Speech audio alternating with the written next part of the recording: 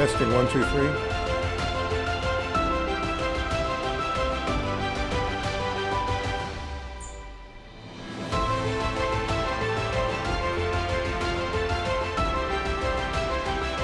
Good morning.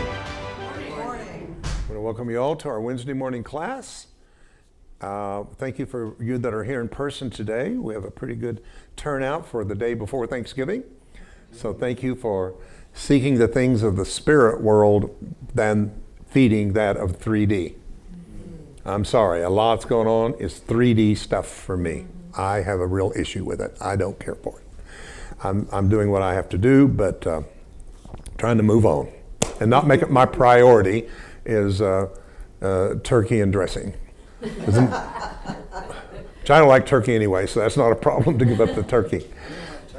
No, I do not like turkey. But anyway, we'll be dealing with that Sunday, by the way. I got a real message for Thanksgiving and for that. All right, and we are coming to you, for you that are joining us online live or will join us later. We're coming to you from HeartLight Spiritual Center here in Charlotte, North Carolina. And we want to welcome you as we begin to wind down some of the teachings that we've been doing for quite a while on Gnosticism. Somebody tell me, what is the word Gnostic? Or what is the word Gnosis mean? Knowledge. And what kind of knowledge? Divine knowledge. Divine knowledge. It is the mind of spirit, making it all the way to the human mind without any blinders or filters. Because most of what spirit says, and spirit is always speaking, but hear me, it's always speaking in the language of itself. It doesn't speak English. It doesn't speak Latin. It doesn't speak Sanskrit. It doesn't speak Greek or Hebrew. It speaks spirit. Spirit speaks spirit. That's why the teacher, Yeshua, said, "My words are spirit." I'm not here to speak about the Spirit. I'm not here to prophesy about the Spirit. I'm here for Spirit to get through me without any blinders. Are you with me? Yeah. That's what he represents. Now, everything that he would represent in religion, metaphysically or spiritual, represents you. Are you with me? So it's not the historical Jesus that we're stuck with. Jesus is the symbolism of ourself that we have forgotten, awake in the dream or illusion. And that makes this whole saying of being in the world, but not of the world, understandable. Yes? So then when you're defining gnosis as knowledge, that sounds like brain power. I would define it as knowing rather than knowledge. It is knowing. That is correct. It is knowing. Knowing is different than believing or understanding.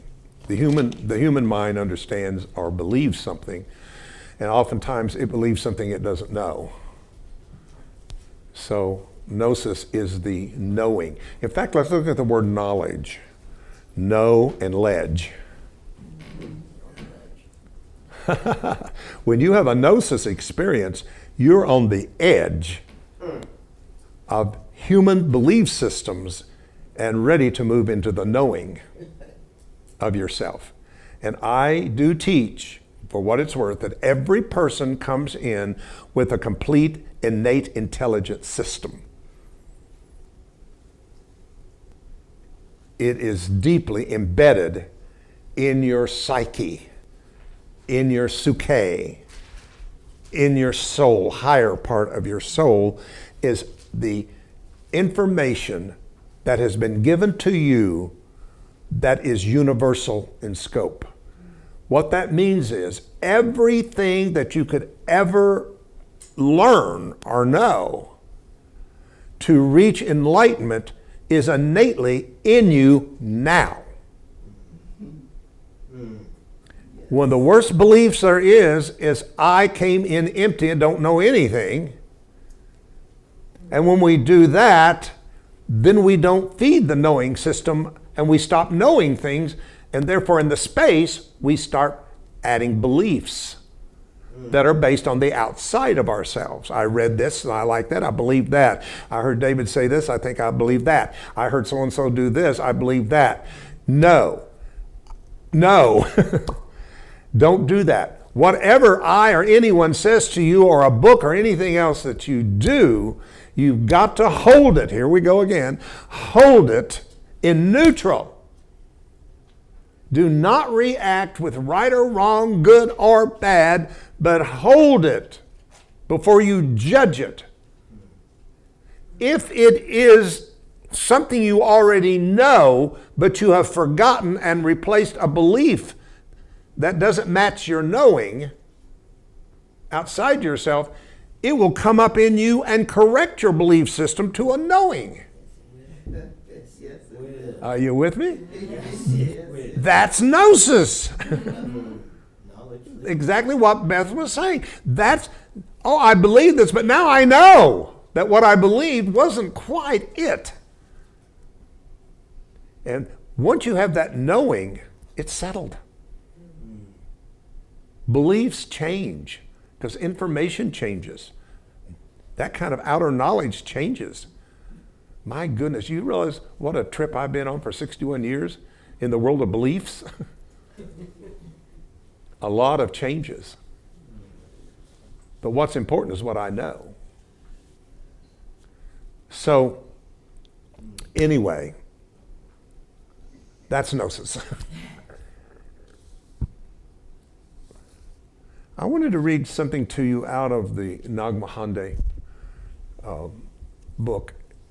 If you don't have one, you might want to look that up. It's an interesting, rather thick book called the Nag Hammadi Library. But it is all of the books that were found in 1945 by a gentleman who was digging around and found a jar full of these scripts. And these scripts had been hidden by the early, for a better word, Christians. And when I say Christian, I'm not talking about Orthodox Christian. I'm talking about the first Christians. The first people who were right after the teacher had been here, before religion came on the scene 200 or 300 years later. So in the first and second century especially, there was a whole different set of teachings that are more pure. But as they became a threat, they were labeled as heretic, I don't know what the word would be, heretic teachings. In other words, when religion centralized itself as the universal only church, it taught everything out of that was heresy. And of course, if you understand that, you realize that was a compliment. To be called a heresy, because it meant that you were holding on to the early teachings. That was before man took it and organized it into a major religion, which of course would be Catholicism, which means universal, right? The word Catholic is universal. That's what it means. The word Catholic means universal. So it wanted to make itself the religion of the entire universe, not just the planet, but it wanted the whole universe to be Catholics. Now that's softened up some, but in the early years, if you come from that, you know how strict it was. You wasn't to read a Bible, you was only to listen to the priest, you had to take catechism and be totally brainwashed into the religion. You had to be that only that. Everything else would be wrong or an error. they have softened up, especially this last pope. He's really opened up some interesting things. And to So- confess to a priest. Yes, Only. yes. So all of that Always. starts with the Nicene Council in 315, 325 is when all of that came together. And at that time, things like the Trinity became a doctrine. Up until that time, it was never taught. Hell, based on Dante's writings and teachings, were the influence of teaching a fear-based religion to manipulate and control the people. The best way to control people is fear. If you make people afraid enough, they'll do anything. So people started giving their power away, and all of that began to happen. So what I'm saying to you, what was cool, is those who were of the 1st and 2nd centuries, which is mentioned in here, who they are, was smart enough to go and take those early writings in their appearance, which was Coptic. Because most of this came out of Egypt,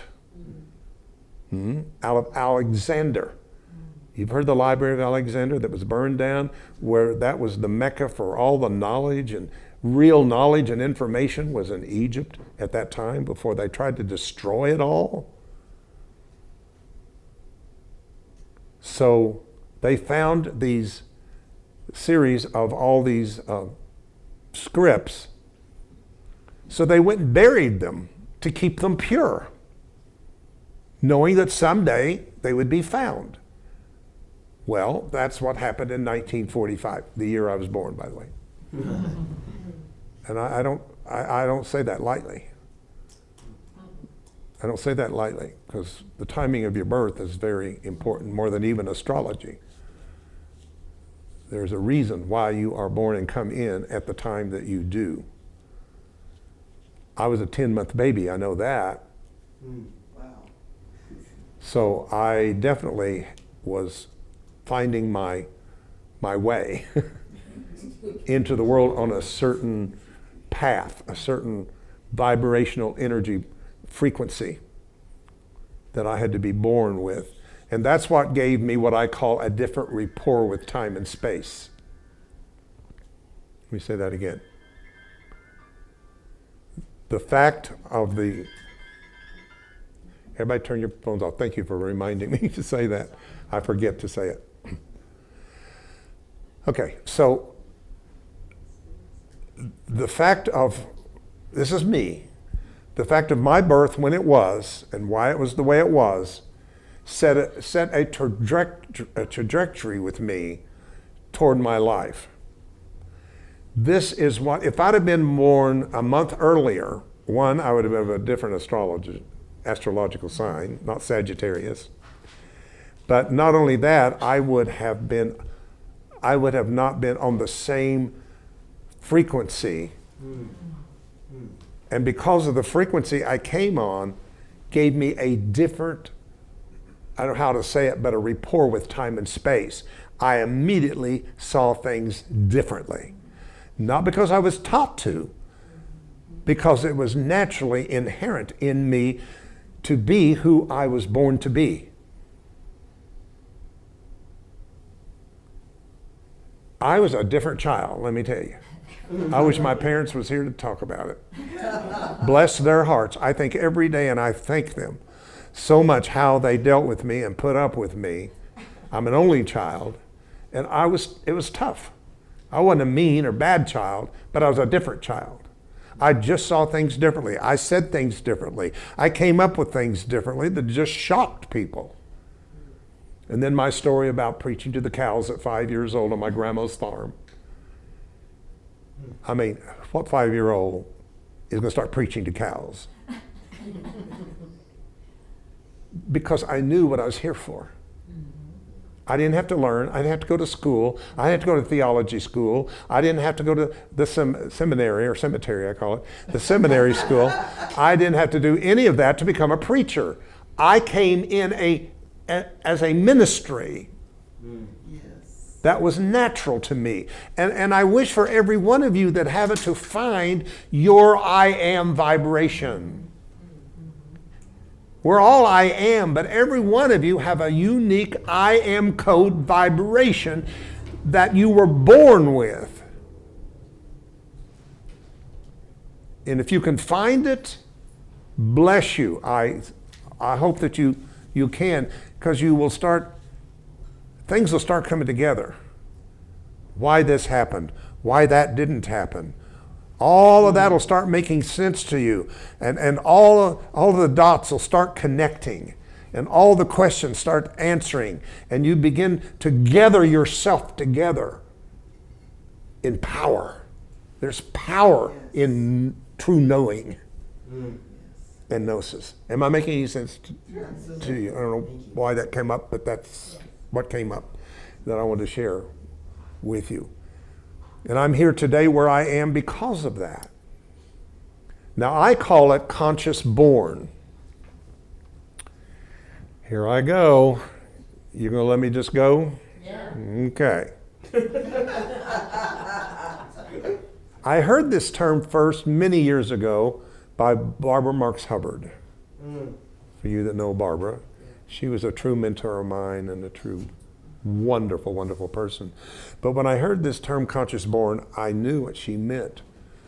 That there is a specific critical number of souls that have incarnated into this generation through a different portal than most people are incarnating on this planet.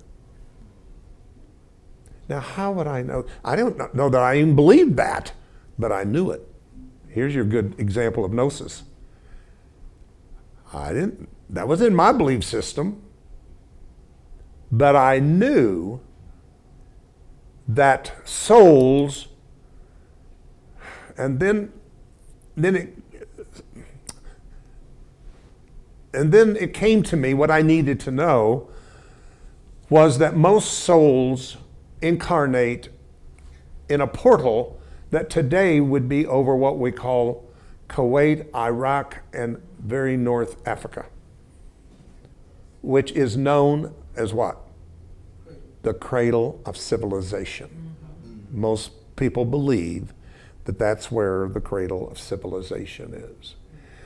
Wars have been fought very much over Kuwait. Trust me, it's more than oil. It's over the control of the portal where souls incarnate into the planet. Now this is stuff you're just going to have to feel. Yes. Don't sit there and try to analyze me. It ain't going to work. You're either going to feel it and the baby's going to kick in your womb of consciousness, or it's not. If it's not, what are you going to do? Tell me. What? Knock it in neutral, contemplate it, do not judge it right or wrong, good or bad. And wait and see. 2 hours, 3 hours later, 3 days, you go, I get it. That's what he was saying. That way, I'm not the source of your knowledge. Self is the knowledge. There you go. And that has your I am code on it. Preach. I'm trying. Michael? You talked about that portal, and I just wanted to add to that. If you look at a map, there are two rivers, the Tigris and the Euphrates River, and it's a section that's actually in current-day Baghdad. And if you look at the shape, it's actually a Vesica Pisces. Whoa. Whoa. That's right. Whoa. Love it. I have heard that before somewhere. Yeah. All right. Cool. So that brings us back to why it's important that we touch into what? Sacred geometry here. That's why Sandra is showing up with this desire. Every one of you should have a desire to contribute something here. Yes. You know, for her it was that. For me it's Gnosticism. So every one of you have something that should be connecting you to your passion. I think what Karen's doing with her little discussion group is I like it. I like what she's created there. It's good. It's easy. It's simple. Anyway. So here's the thing. Those who incarnate through this portal, now we can get into some heavy stuff here. Why not?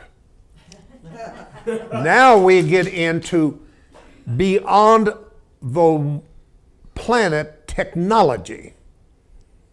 There are things going on this planet that did not start with this planet, but has come from outside of this planet into other groups of people. You can call it planets, dimensions, I don't care what you call it, but there are much more advanced technologies out there that sometimes are shared and become the technologies that we think came from here. And this is why you have seen such a growth in technology in the last just very few years, months, weeks, almost daily. Technology is bizarre. I mean, where are they coming up with this stuff? When we were young, it wasn't around. Our parents didn't have it. But why in our time has there been this acceleration of all of this stuff that I hear that's even in the pipeline? Hasn't even happened yet, but it's coming. Driverless cars and everything. It's going to be nothing compared to what I'm hearing is going to be showing up in the very next years that's planned. Where did they get this technology? It's from those who control this planet that have a connection with outside of the planet to those. Call them UFOs, call them, I don't care what you call them, but they're from other dimensions. Tell us. I think they're distracting us from spirituality. No. You think? Yeah. Yeah, it's all about, look over here while we do this. Now, go over here, we're doing this. So really watch this political year, because that's going to try to get everybody's attention off of some things that they're planning to do during this political hot year that's coming up. That's right. Yeah. What year it's gonna be. Look over here. So, souls come in because the technology was there that learned how to dumb us down as souls to the level that we do not receive our enlightenment while we're in the physical realm. That's why people say, I got it when I went through the tunnel Right. on my way out. Then I saw the spiritual beings. I saw the angels. I saw this. Oh, what a glorious, wonderful place. They don't care if you see it later. Just don't get it while you're in the body. That's right. That's right. So the way I say it, I go through the tunnel and I go, I could have had a V8. So, oh my goodness, how did I get into this?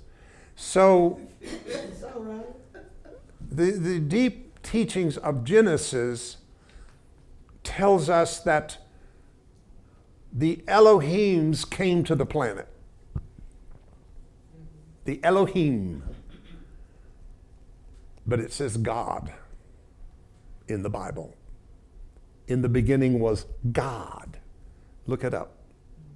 No word God. There is no word God. That's a made up word from the influence of the German word for good.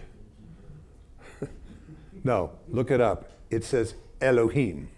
Then look up Elohim. And it says gods, little G-O-D-S, goddess, gods, plural. Not one God in the beginning, but a group of gods came and landed on this planet.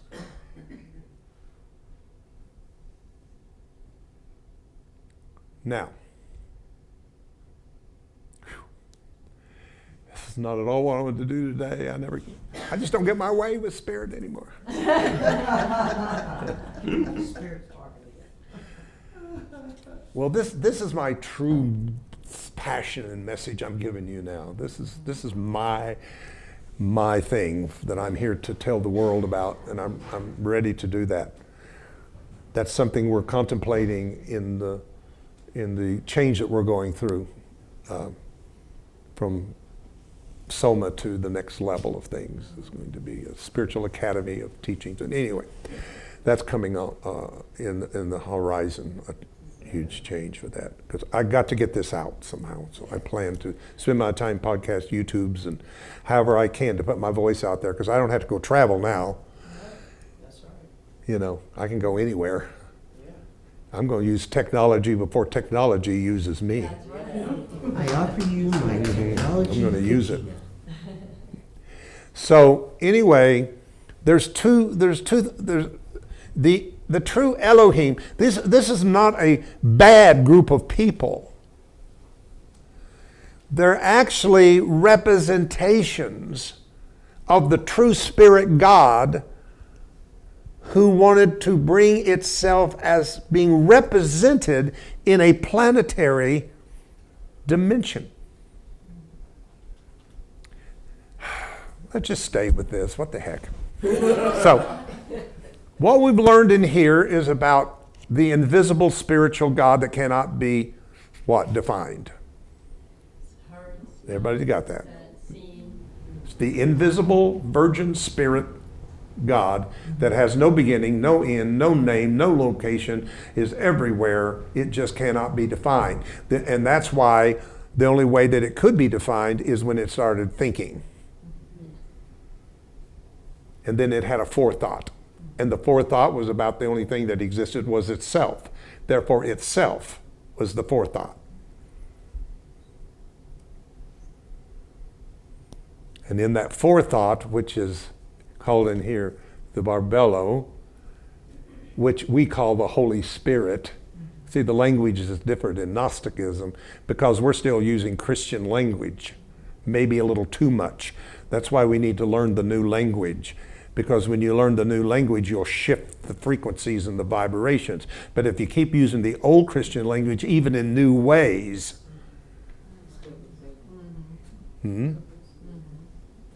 so they're giving us a new language here. But the Barbello, or the forethought, actually came out as the part of the feminine aspect, or the womb of that which thought. And out of that womb, and out of that thought came thoughts. It produced itself into thoughts. And those thoughts, what you know as those thoughts, are attributes. Love, peace, all those kind of things. In fact, I looked up and I thought, I wonder if this could be the 12 powers of Fillmore.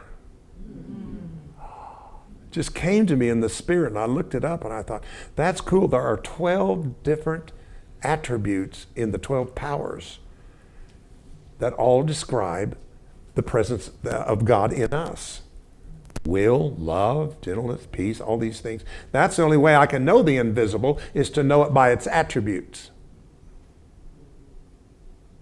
I'll never know God, but I can know God as love. I can know love, therefore I know God.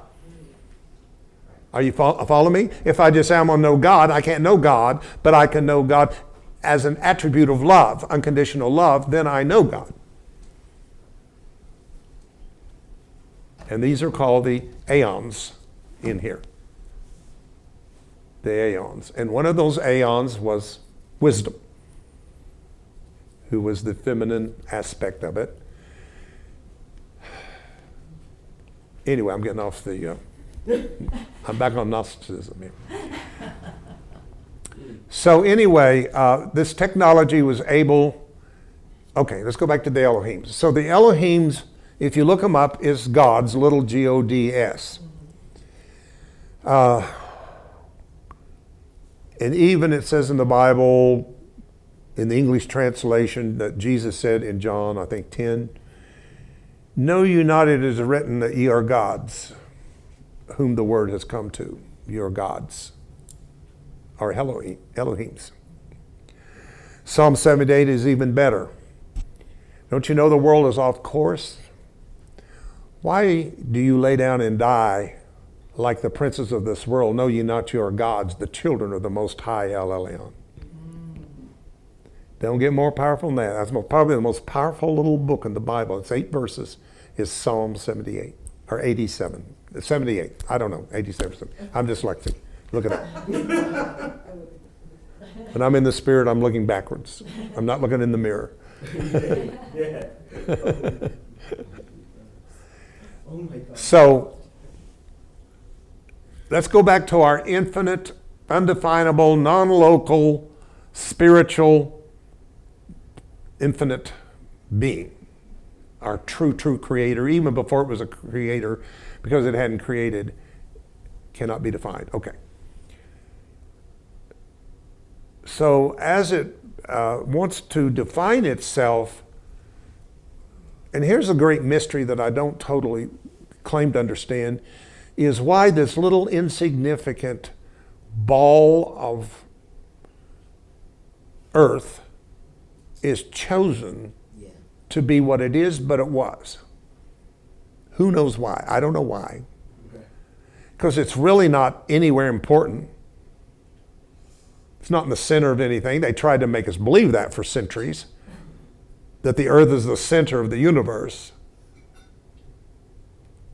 You know, and people got killed over trying to tell the truth about that. That actually that wasn't true, that the sun is the middle and we're going around the sun. You know, that whole Galileo thing. The Catholic Church held on to that forever and ever. They did not want to let go. Even though they knew scientifically that was not true. They did not want to be the infallible church, so they held on to this stuff as long as they could. So how does this undefinable become defined enough to land on this earth, this little planet in the boondocks of a galaxy? It's in the boondocks of the galaxy. Look at it. If you ever look at a galaxy, you'll see it's not anywhere important. It's just kind of stuck out there. And I could really get into kind of why, but I won't do that to you today. But so the only possible way that it is able to do this is to use the spectrum of frequency.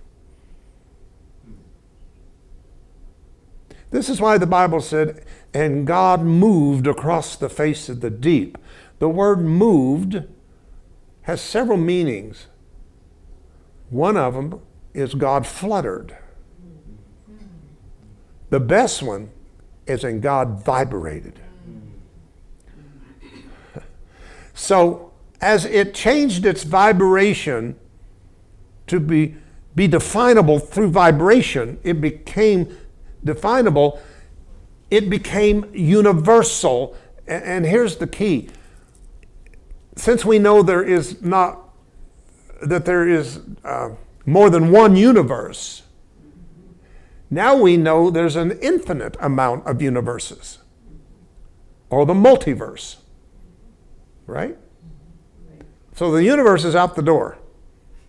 As big and as great and mysterious as it is, the universe has been seen through technology as the beginning of the Big Bang and where it began. And if it began, it will end. Now, it's going to be billions of years, they say, but it will end in billions of years because it has a beginning. Anything that has a beginning will have an end. So the universe is not forever. So if this spirit is infinite, then one universe, because it has a beginning and an end, could not contain it. Are you with me? That's important. You can't contain an infinite in a finite. So therefore, it takes infinite universes to hold that which is infinite. So we got to kind of rethink about this thing of how we use the term the universe. I'm not saying get rid of it, but know where you're coming from, that you're limiting things. It's better to say something like infinite spirit. Use the word infinite. Use words that have no beginning and no end. That is the always is another one that I read recently. The always, or the everywhere. It's a good word. I got to get through this. So then they changed the vibration from universal Now it becomes galactic. So we know now there's about 200,000 galaxies in our universe alone. So it takes a lot of galaxies to hold that which is infinite. So it becomes infinite, universal, galactic. Then it changes itself to define itself as a solar system. It becomes solar. Now it's coming down in frequency. It's taking on more of an identity. It is shaping itself through frequency. And finally, it's ready to become planetary.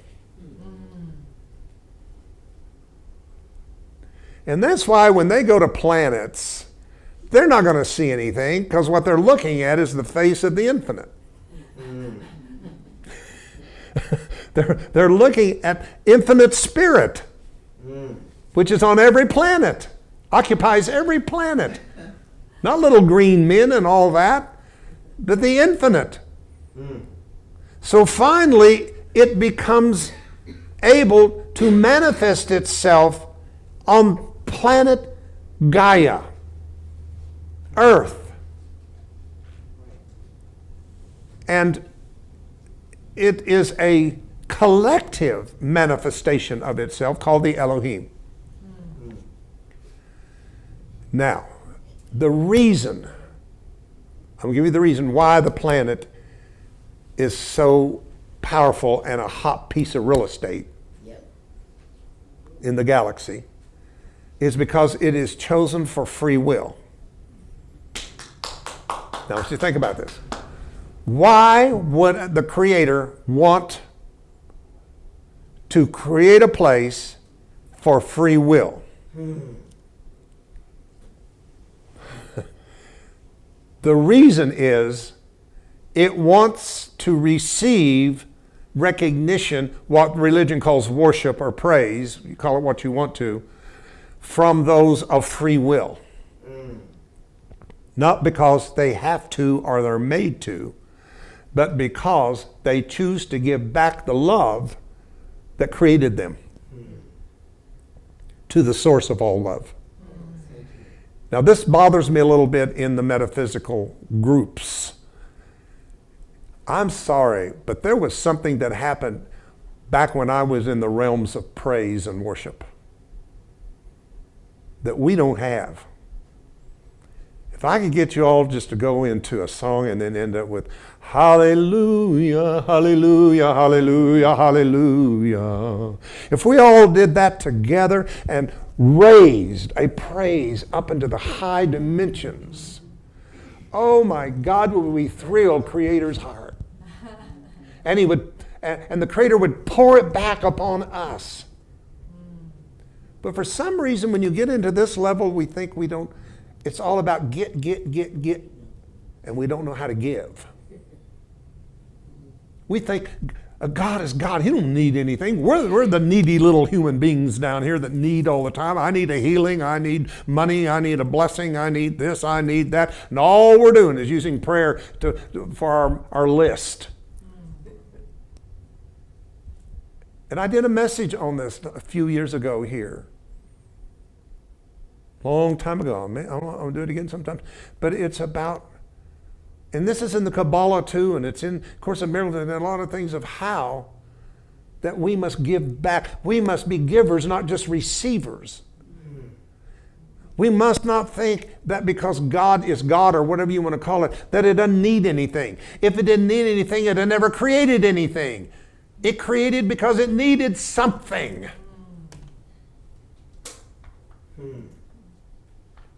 And sometimes I just wish I don't know what that means. I don't know what the new way to do it is, but we just need a little bit more give back.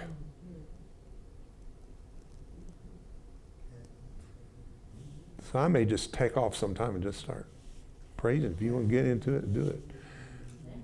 But I'll guarantee you it'll change your life, because God inhabits the praises of His people. That's the scripture. God inhabits the praises. If you want to get healing here in this service, give Him a habitation. or her or it, whatever you want to call it. Give it a habitation. Build an environment for it. It loves to be in the midst of where love is flowing out toward it.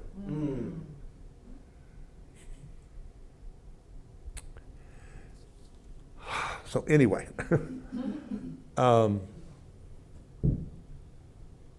so the Elohims was the infinite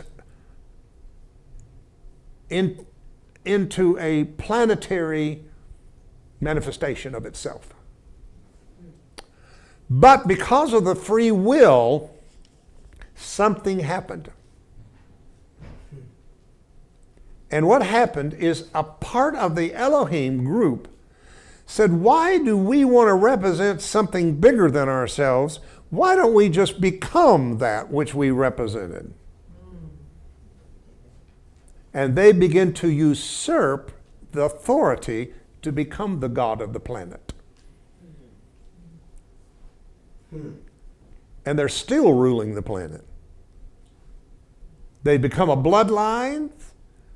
They become those, you call them the 1% or whatever you want to call them, but they're the people that has been pulling the strings of this planet for thousands of years. But then you have the other side of the Elohim, the light Elohims, I call them. You got dark and you got light. Because you come here to this planet, you have polarity. So the light Elohims said, we know who we are, we know what we're here for, and we come to be ambassadors. And if you look up the word ye are gods, it's ambassadors or representatives. I'm an ambassador of the true God of spirit. Well, the other Elohims didn't like that, so they banished the light Elohims off the planet, who landed up in star constellations. Mainly Pleiades and Orion and some of the other star constellations. That's why when they look at your physical cells, they find 80% of the same thing that makes up stars is in your body. Yes. Look me up. Yes. Yes. You are star stuff. Twinkling, twinkling, twinkling. But 2,000 years ago, something so powerful. And you want me to throw him in the trash can? No wonder Sandra got him out. No. 2,000 years ago, the first light Elohim that was banished made it back into the planet. And when it did, it created a way, I'm the way, portal for all light Elohims to start reincarnating through a different portal than what was being controlled over the Middle East. Tell us our history. I'm talking about you. That's right. You would not be sitting here in this chair. You would not be even listening to what I'm saying. You would not even believe half of what I'm saying. If you had come through the old portal, you would be dumbed down just like most everybody you know is. But because you come in through a different portal, you didn't get dumbed down enough that you came in conscious born. Thank you. Yes. Thank you. And you started questioning things as a young age. You started wondering why this and why that. And all you heard from your parents is, you shouldn't be asking that. Or you went to your priest or your minister. Oh, you'll understand that better by and by when you get to heaven. You can ask Jesus type of thing. But I'm telling you, some of you said, no, I want to know right now. I'm not going to wait till I go through the tunnel of death. I'm going to find it in this mortality. And I'm going to discover my immortality in my mortality. Thank you. Thank you. Sorry, just a little passionate there.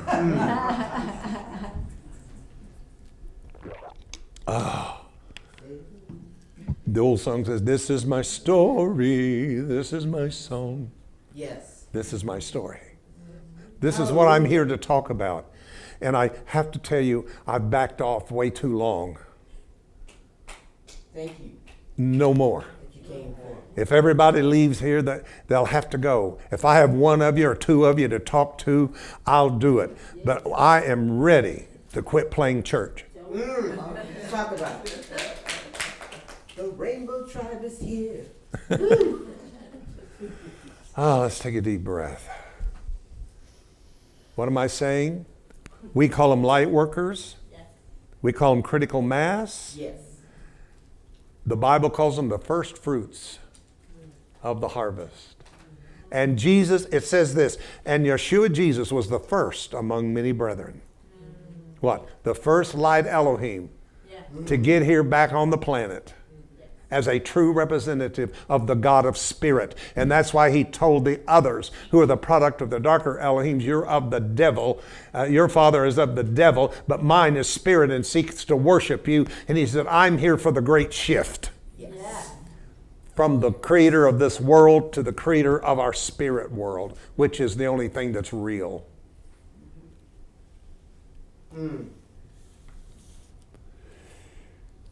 Oh.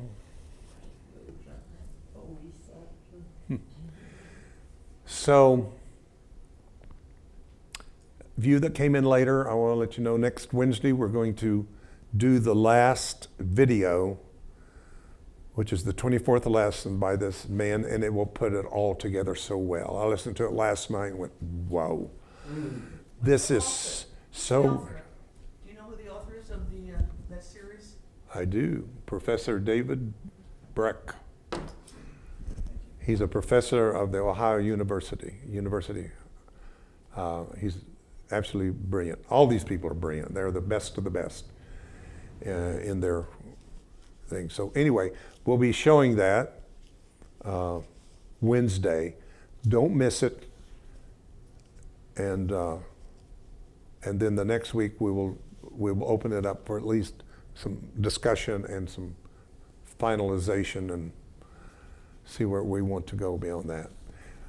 So I shared with you last time or the time before an article that said, did God sign DNA?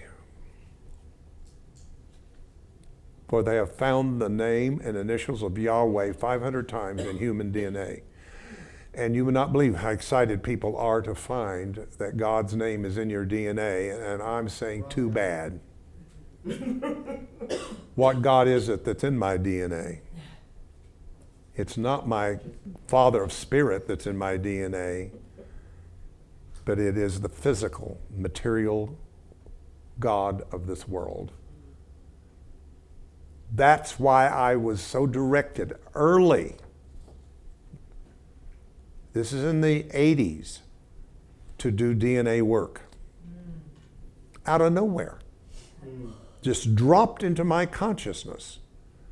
You must start educating yourself about DNA and human genetics. And did I fight that? Who was I? Hardly with a high school education.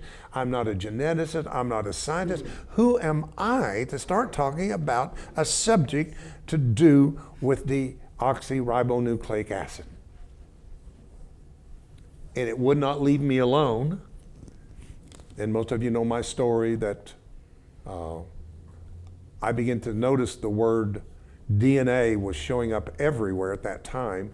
The first place that I noticed it was the O.J. Simpson trial. DNA testing. Every day they talk about DNA testing. I thought, that's interesting, DNA testing. And then I remember President Clinton talking about the Genome Project. They were ahead of it in decoding the human DNA. So everywhere I was hearing was DNA had entered into the collective consciousness, which no longer belonged to the reductionist. See, to the professor, to the geneticist, to the science, because we think certain things belong to them because they're educated and they've got a certificate on the wall, therefore they own it. Well, that's over. Thank God. That's over.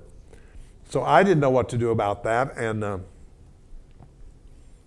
had no idea. What am I going to do with it?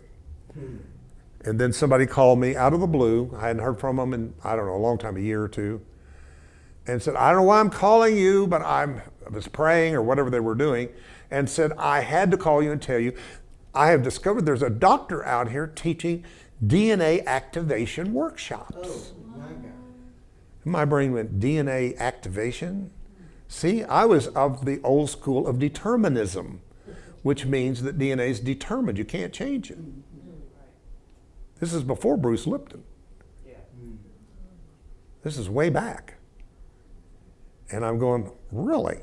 Well, I couldn't get it off my mind. I looked him up. He was having a workshop in Scottsdale, Arizona. I had a friend. I called him. I said, can I stay with you? I want to come out and do this. And I went out and did this intensive, boy, it was an intensive workshop that taught me more about DNA than I needed to know. It was bizarre information. And then they taught us meditations and how to activate people's, how to change the double helix and how to change some of the other DNA that's called junk DNA, And but one thing that they did, they had this music that had been developed by psychics and people who had watched everything from Reiki to energy work to whatever, and they had interpreted it into sounds. So as we were doing the meditations and doing the activation, you played this music because of the sounds and the vibration. Seed is planted. So I put together a little packet. I thought, well, where am I going to do this? Who's going to let me do this? Well, who showed up but Unity of Charlotte? I had been going there doing some speaking, and they called me. I don't know if it was Nancy or who was at that time. I think so. Usually Nancy was my promoter there, and said, we need you to come in and we'd like for you to. They kind of brought me in to give a shot to Unity a little bit when it kind of got dull, because I could kind of get it going. And she liked that. Not everybody did, but she did. And so I said, well, okay, but I'd like to do a workshop. Would you mind? So that's where I did my first DNA activation workshop. Was at Unity here in Charlotte. And it was powerful. And I started doing that. And then I discovered that there was a frequency called 528 hertz that biochemists were using to repair DNA, and I thought I have to have that. Bottom line, is history.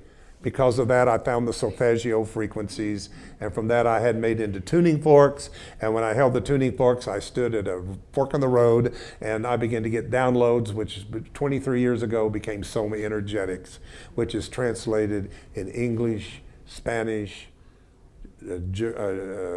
Chinese, Japanese, and French. And Thai. Oh, and Thai. And Thai? Oh, good. Yay. Wow. So we're all over the world, and even though that time is maybe coming to a close, we don't know, and going to something else, I've been able to make my mark in the world through using vibration and sound. And of course, I was blessed to find out the frequencies of DNA and have them made into tuning forks. So we have DNA, RNA, pineal gland tuning forks, which we teach as phase 3 to our practitioners and teachers. So, just saying all of that, I'm trying to bring it down to where we are today in those ways. I hope I didn't bore you with that story, but that's my story. And I keep hearing that song, this is my story, this is my life.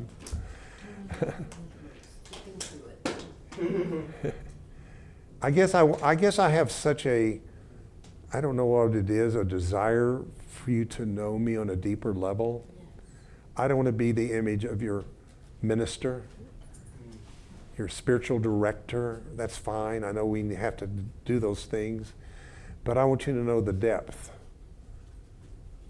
of what has brought me to you and brought you to me, and why we're together today, and why we're so unique as HeartLight, and how there's nowhere like this, I'm sure, in Charlotte anywhere, if not beyond that. And I say that with all humility. And that is why we cannot make or control and influence people to come here. They will come and they will go. They will come and they'll stay a couple of times and get what they need and go. And some will stay. Thank you for you that are staying. Because it doesn't work without some kind of core group that supports it and shows up. And I want you to know how appreciative I am on this time of Thanksgiving. I give you my thanks and honor for allowing me to have a voice and to have a place. So thank you for your support. And again, you're going to have to step up and support. If things change for me, I'm going to need your help. Please do so. And thank you for you that are so faithful to give. Some of you give once a month in your check, and I appreciate it. Some of you do it weekly. But thank you so much. All right, we got about 5 minutes. Anybody have anything you want to? Have I just totally overdone it with you? I hope not. Yes, Jackie. When you were talking about the 12 eons and the 12 powers, and I'm thinking about Jesus, who is the Christ consciousness, and he chose the 12 disciples. Mm-hmm. Did the 12 disciples, did each of them have one of those characteristics? Absolutely. That's the teaching. John is love, Andrew is strength. So that's where Fillmore got the 12 powers from. Exactly. He got them from the inner disciplines to the disciples. Okay. Yeah, so I'll talk about that. I've got it. Somebody mentioned it. Every year I try to go through. I won't do it one time, but we'll just mention them. But yes, exactly. That's where he got them, the 12. And I'll give you this. This is really cool. I found out for the sperm to make it to the egg, it takes 12 sperm to make a circle to let that sperm get to the egg. Isn't that cool? So that means the 12, Jesus is the sperm of God made manifest, or the word. The word sperm is sperma, which is the word, or logos, made it into the earth because of the geometrical pattern that it was given to make it through. Because, as you know, a lot of sperm don't make it. And so therefore, through him, it made it. And that's what the 12 represent to us in that way. Oh, there's so much, isn't there? Yes. I hope you're excited about it. Yes. Don't feel overwhelmed, or don't you sit there and think, oh, I can't get this. I'm not smart enough to get this, or whatever. Don't you dare do this. I'm talking to your spirit. I'm talking to your real mind. I'm not worried about your analytical mind right now that's trying to sit there and figure out and remember everything I said. Forget that. It'll come as it comes to you, and it'll come by spirit. Anybody else, real quickly? We got a few more minutes. I got a plane to catch here, and I do have a plane to catch. I do have a plane to catch. So remember me and Tim today. We'll say a prayer for you. Say a prayer. Yeah, go early. And we're so glad to have you today. Tell me your name again. I'm sorry. Jackie. Jackie. Yeah, Jackie's new. She's was here for the exercise today, which was good. Thank you So fun. for that. We so appreciate it. Yeah, thank you for that. All right. Well, I will be back Friday. I'm not going for very long, so we'll be here Sunday. That's enough. Yeah, that's enough. So, 2 night man. yeah, that's it. So let us just take a moment.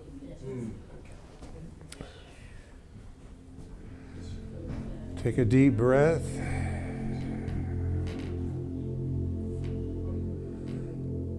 So today the Spirit has said, I need to be intense with you.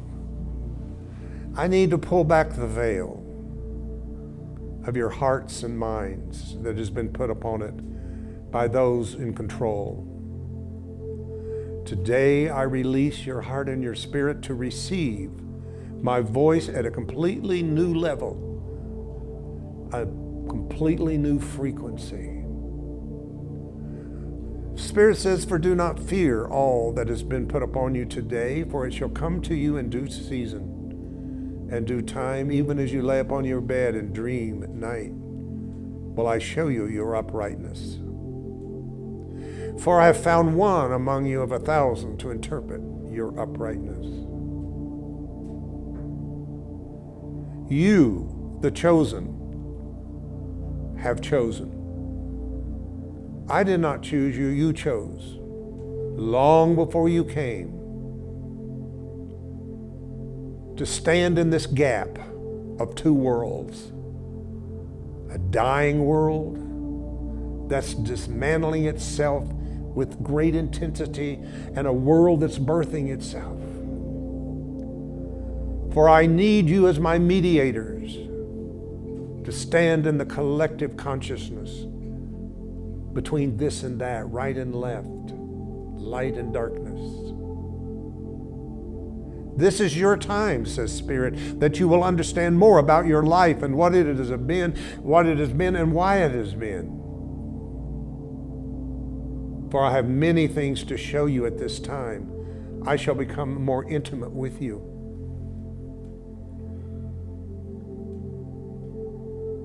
Beware of your times of meditation and contemplation as never before. Hear what the Spirit is saying to this ecclesia, this body of the enchristed. I see what you're going through physically, mentally, but it's a part of the breakdown of old systems. But trust that the body that I've created in you is whole and perfect and immortal. And it shall come forth of itself. This is what they have called the coming of me, the coming of the Christ.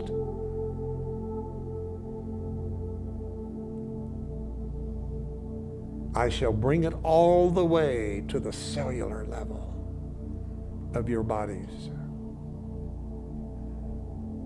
Fear not, for I am with you. For you're only walking through the shadow of the valley of death. It is not just the physical death, it is the death of the old that is dying in you.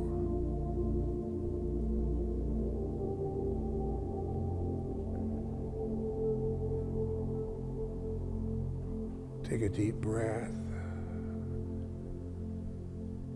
and just stay with the silence for a few seconds.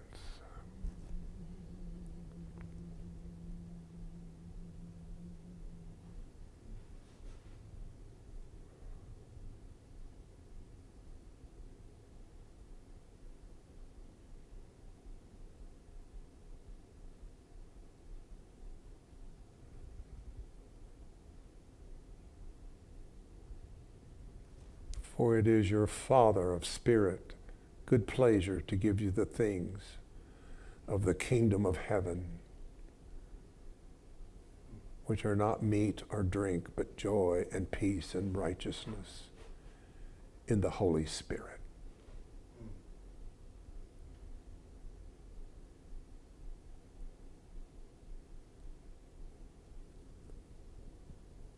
If you're ready, you can come back to the awareness of this room and space, knowing that you've been in the presence of the divine, of holy angels of 100% pure light, and guides of 100% pure light. And so it is. All right. Thank you, everybody. Have a wonderful Thanksgiving tomorrow. Easy trip. Yep, so be it. So be it.